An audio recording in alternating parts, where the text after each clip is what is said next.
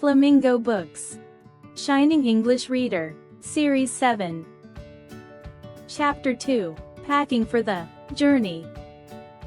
We made a list of the things to be taken, and a pretty lengthy one it was before we parted that evening. The next day, which was Friday, we got them all together, and met in the evening to pack. We got a big bag for the clothes, and a couple of hampers for the foodstuff and the cooking utensils. We moved the table up against the window, piled everything in a heap in the middle of the floor, and sat around and looked at it. I said I'd pack. I rather pride myself on my packing. Packing is one of those many things that I feel I know more about than any other person living.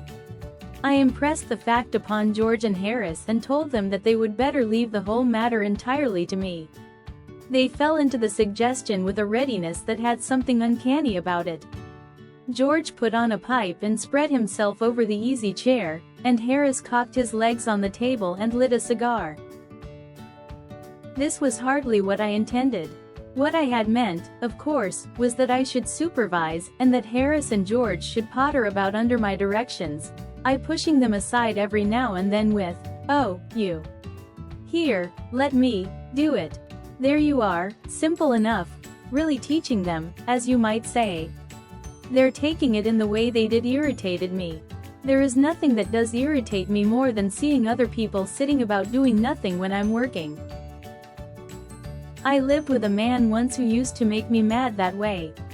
He would loll on the sofa and watch me doing things for hours, following me round the room with his eyes, wherever I went.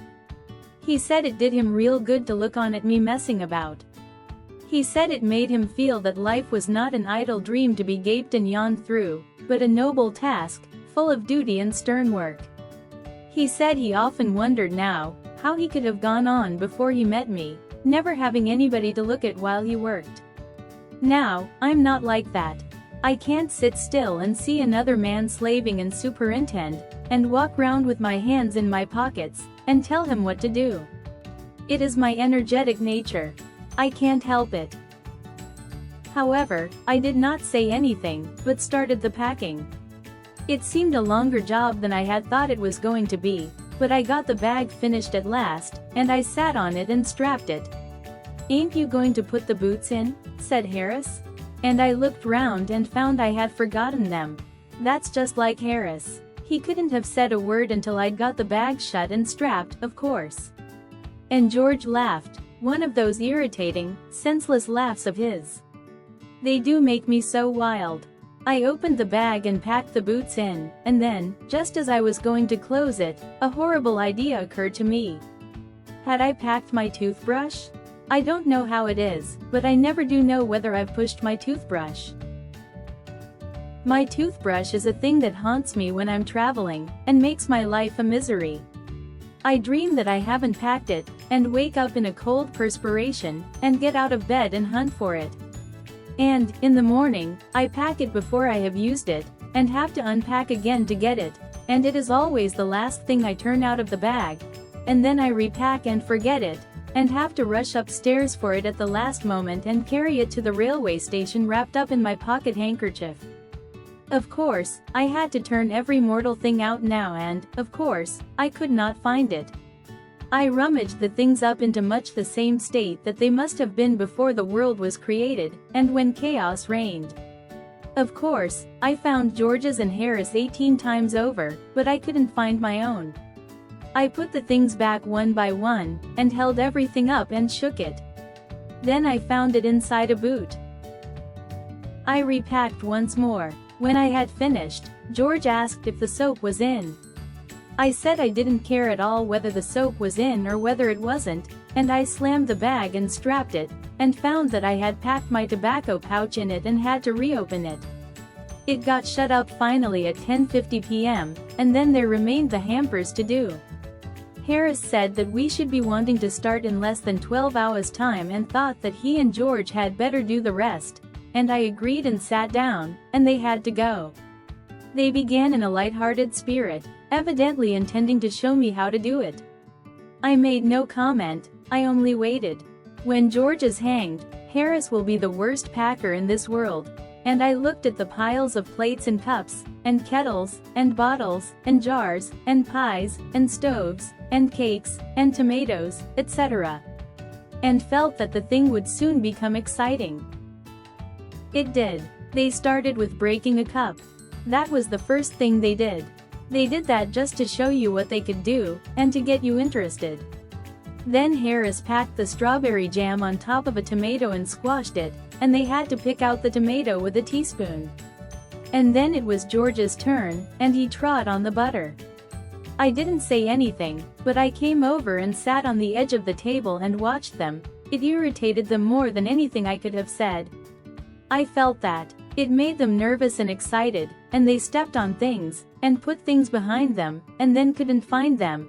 And they packed the pies at the bottom, and put heavy things on top, and smashed the pies in.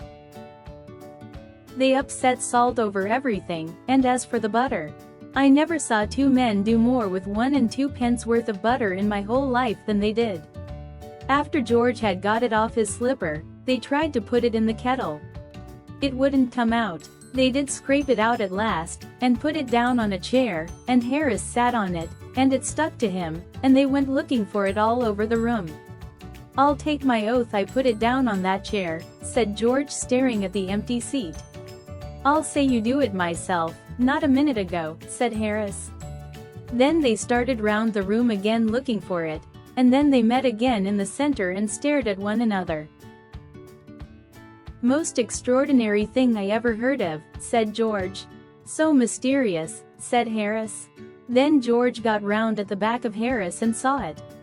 "Why, here it is all the time," he exclaimed, indignantly. "Where?" cried Harris, spinning round. "Stand still, can't you?" roared George, flying after him. And they got it off, and packed it in the teapot. Montmorency was in it all, of course. Montmorency's ambition in life is to get in the way and be scolded.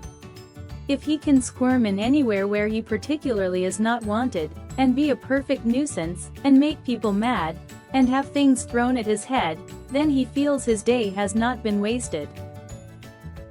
To get somebody to stumble over him, and curse him steadily for an hour, is his highest aim and object. And when he has succeeded in accomplishing this, his conceit becomes quite unbearable. He came and sat down on things, just when they were wanted, and he labored under the fixed belief that, whenever Harris or George reached out their hand for anything, it was his cold damp nose that they wanted. He put his leg into the jam, and played with the teaspoons, and he pretended that the lemons were rats, and got into the hamper and killed 3 of them before Harris could land him with the frying pan. Harris said I encouraged him. I didn't encourage him. A dog like that doesn't want any encouragement. It's the natural, original sin that is born in him that makes him do things like that. The packing was done at 12:50, and Harris sat on the big hamper, and said he hoped nothing would be found broken. George said that if anything was broken it was broken, and this thought seemed to comfort him. He also said he was ready for bed. Harris was to sleep with us that night, and we went upstairs.